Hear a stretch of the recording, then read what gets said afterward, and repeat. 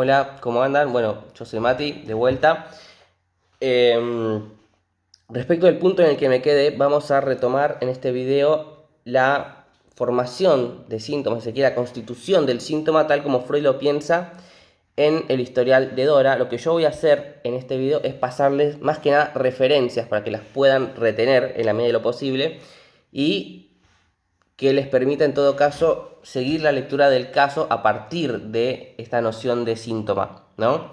Nosotros en el video anterior hablamos de el síntoma en los términos de una primera etapa en la obra de Freud, que es el síntoma como la consecuencia de un trauma efectivamente acontecido, de una situación traumática efectivamente acontecida.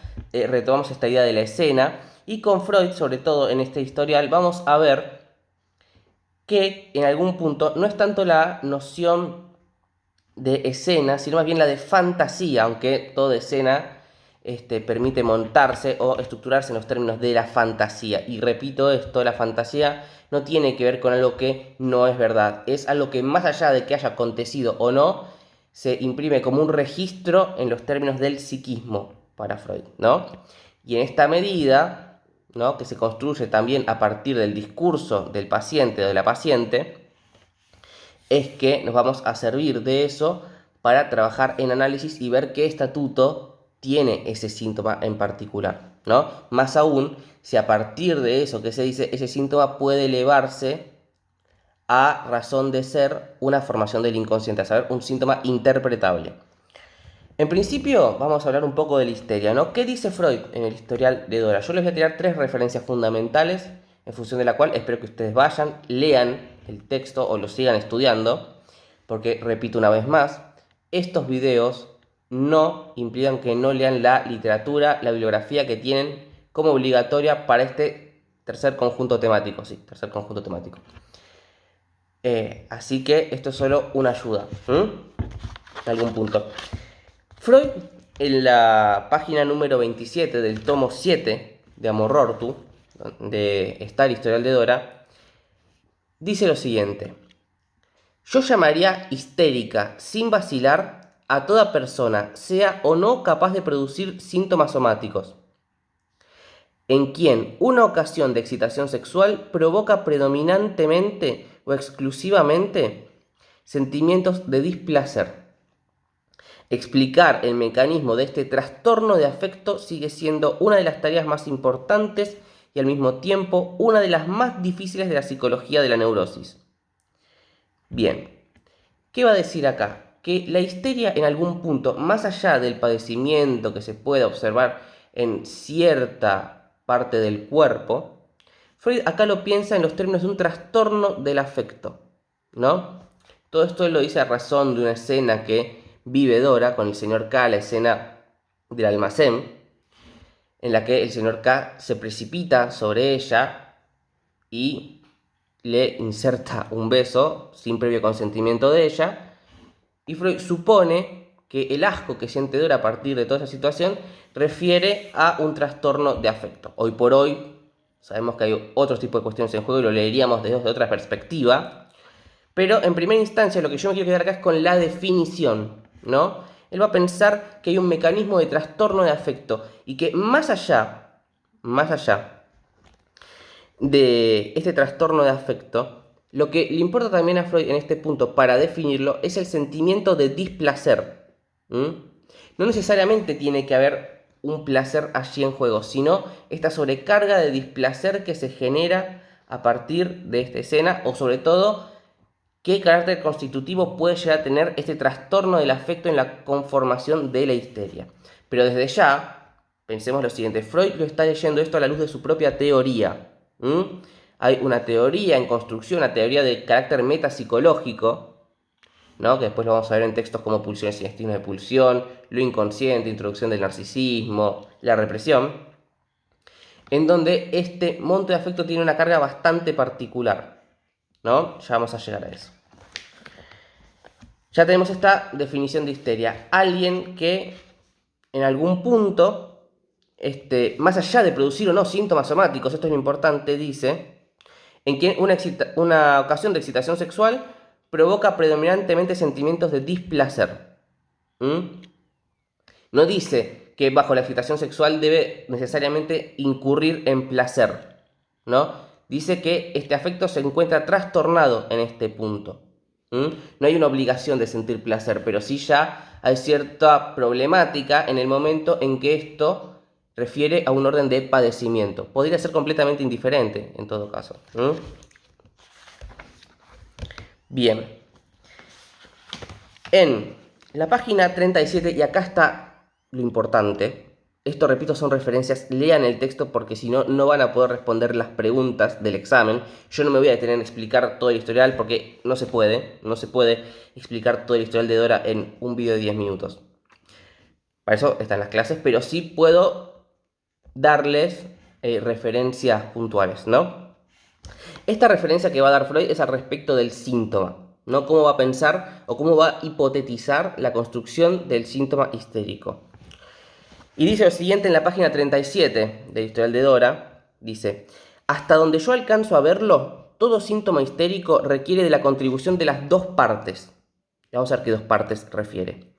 No puede producirse sin cierta solicitación o transacción somática, algo que viene en el orden del cuerpo, de una sobreexcitación previa que tiene que ver con la historia de un sujeto, de una persona. Y él dice al respecto de esto que esta solicitación somática puede ser brindada por un proceso normal o patológico en el interior de un órgano del cuerpo o relativo a ese órgano, pero no se produce más que una sola vez, a saber, tiene un carácter bastante particular y sobre todo de contingencia o de una sobreexcitación que deviene en los términos de una enfermedad, de algún tipo de estímulo externo o lo que sea. Pero tiene que ver con este orden contingente, que puede haber o no ocurrido.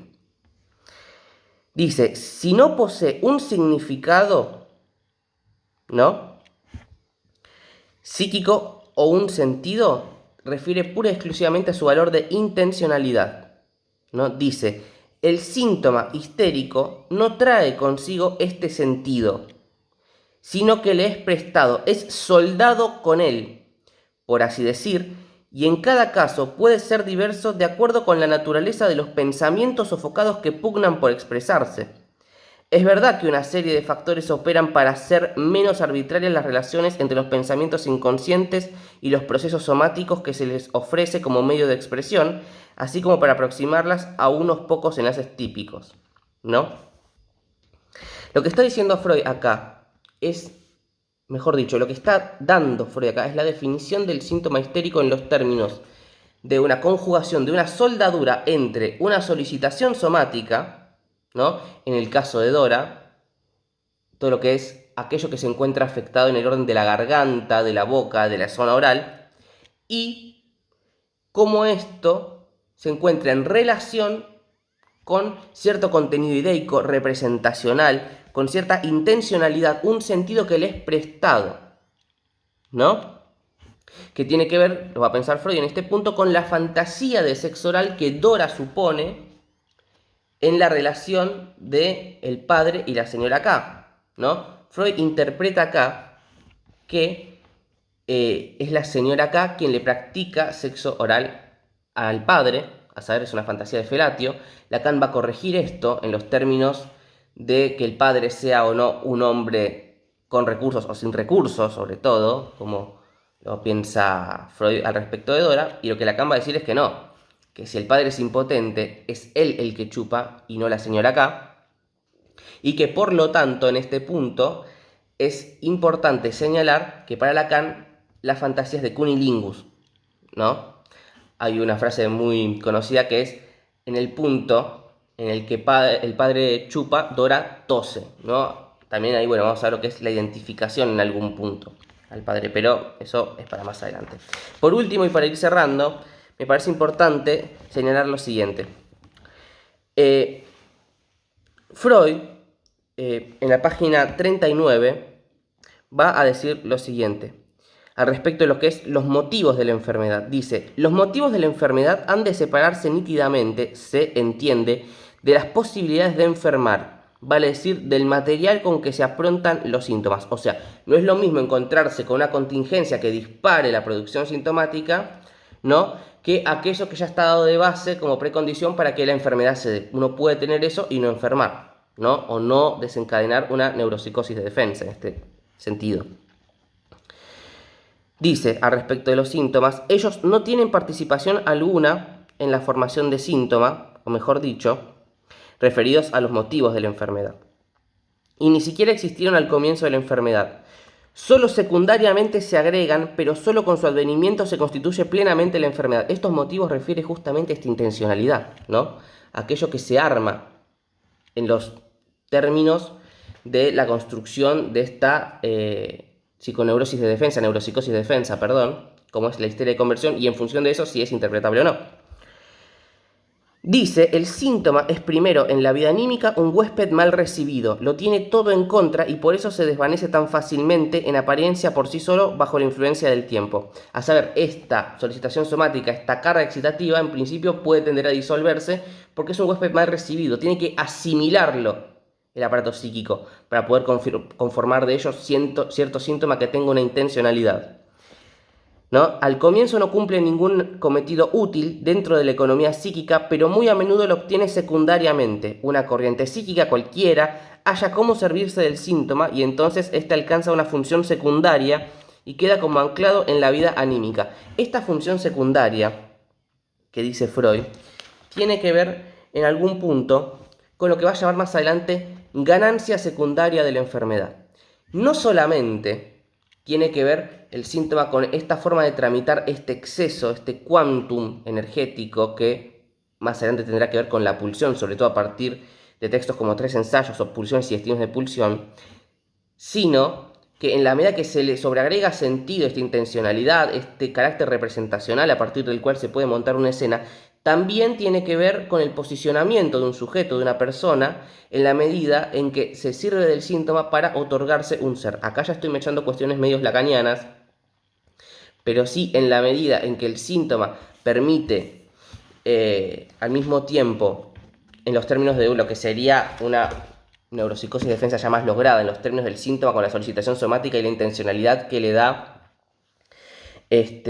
todo este aparataje representacional que le es sumado, o sea, el síntoma como formación del inconsciente, tiene que ver también en el punto en que ese padecimiento puede reabsorberse, puede tramitarse en la medida de un síntoma ya constituido que no solamente está allí como formación de compromiso, sino que ya hay un trabajo del yo para asimilarlo y posicionarse respecto de ese padecimiento que tiene, ¿no? A Dora, por ejemplo, en todo caso, no le hace ninguna gracia que, más allá de todos estos pequeños síntomas que iba conformando en los términos de la ausencia, la presencia del señor K, no le hace ninguna gracia cuando el señor K le dice mi mujer no significa nada para mí. Porque para Freud en este punto también refiere a algo que el señor K en algún momento le dijo a una gobernanta que también se quería levantar, que quería seducir.